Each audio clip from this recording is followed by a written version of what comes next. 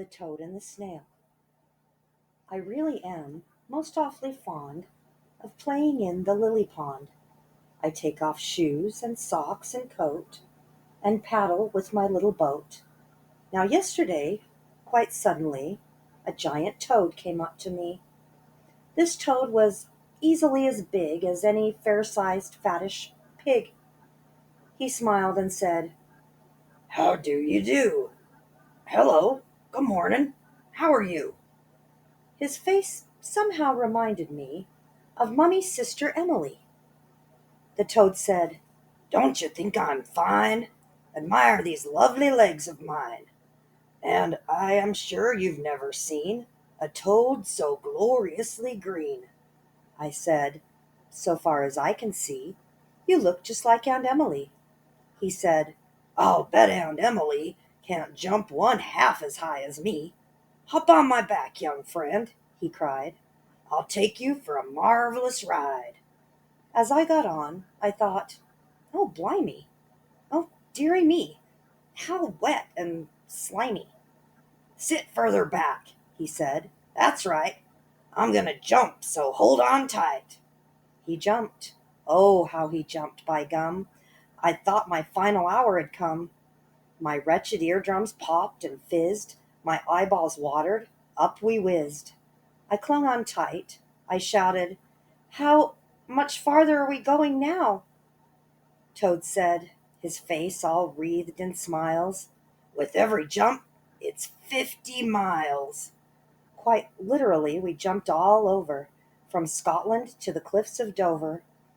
Above the cliffs, we stopped for tea, and Toad said, gazing at the sea, "What do you say we take a chance and jump from England into France?" I said, "Oh dear, do you think we oughta? I'd hate to find you I'd hate to finish in the water. But toads, you'll find, don't give a wink for what we little children think." He didn't bother to reply. He jumped. You should have seen us fly. We simply soared across the sea, the marvelous Mr. Toad and me. Then down we came, and down, and down, and landed in a funny town. We landed hard. In fact, we bounced. "We're there, it's France," the Toad announced.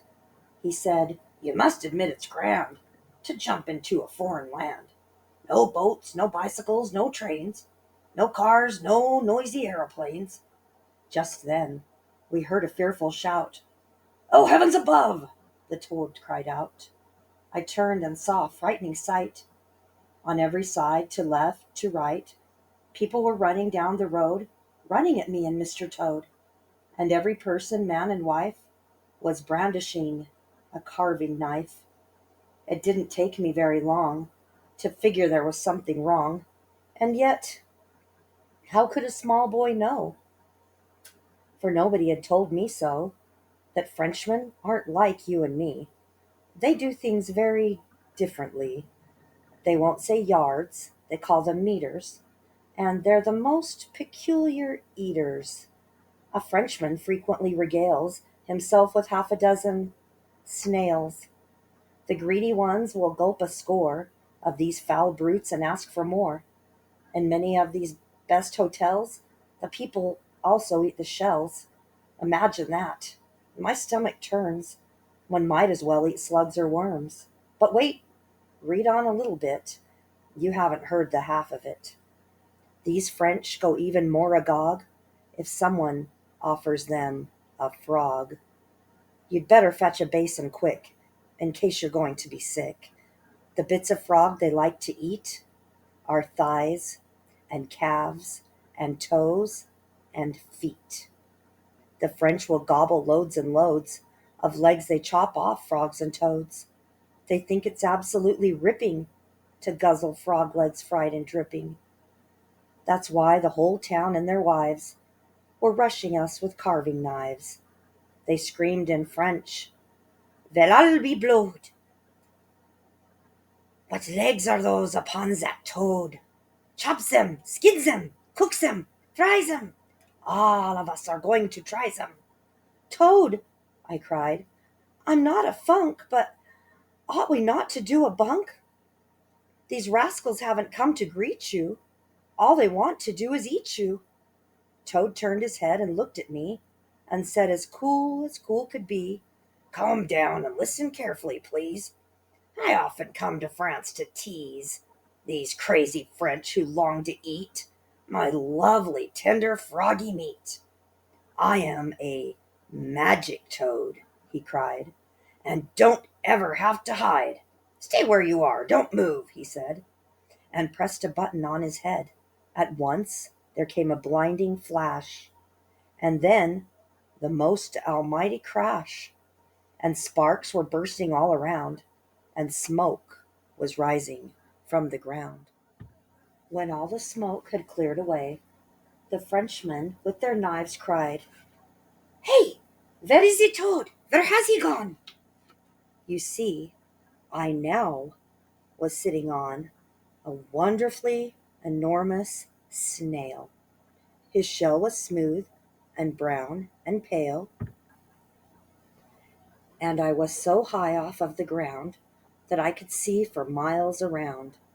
The snail said, "Hello, greetings, hail. I was a toad, now I'm a snail. I had to change the way I looked to save myself from being cooked." "Oh, snail," I said, "I'm not so sure. I think they're starting up once more." The French were shouting, "What a snail! Oh, what a monster! What a whale! He makes the toad look titty small. There's lovely snail meat for us all. We'll bake the creature in his shell and ring aloud the dinner bell. Get garlic, parsley, butter, spices. We'll cut him into 50 slices. Come sharpen up your carving knives. This is the banquet of our lives." I murmured through my quivering lips, "Oh, snail, I think we've had our chips." The snail replied, "I disagree. Those greedy French, they'll not eat me."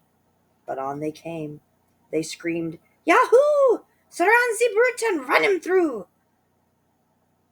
Good gracious, I could almost feel the pointed blades, the shining steel. But Snail was cool as cool could be. He turned his head and winked at me, and murmured, "Au revoir, farewell," and pulled a lever on his shell. I looked around. The snail had gone. And now, who was I sitting on? Oh, what a relief! What joy! Because at last I'd found a friend.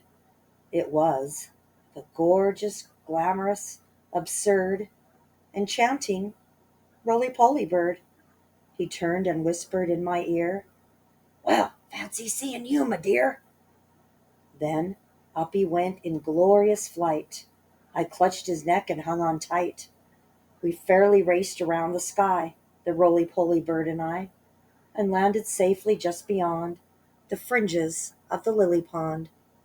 When I got home I never told a single solitary soul what I had done or where I'd been, or any of the things I'd seen. I did not even say I rode upon a giant jumping toad, 'cause if I had, I knew that they would not believe me anyway. But you and I know well it's true. We know I jumped. We know I flew. We're sure it all took place, although not one of us will ever know. We'll never, never understand why children go to Wonderland.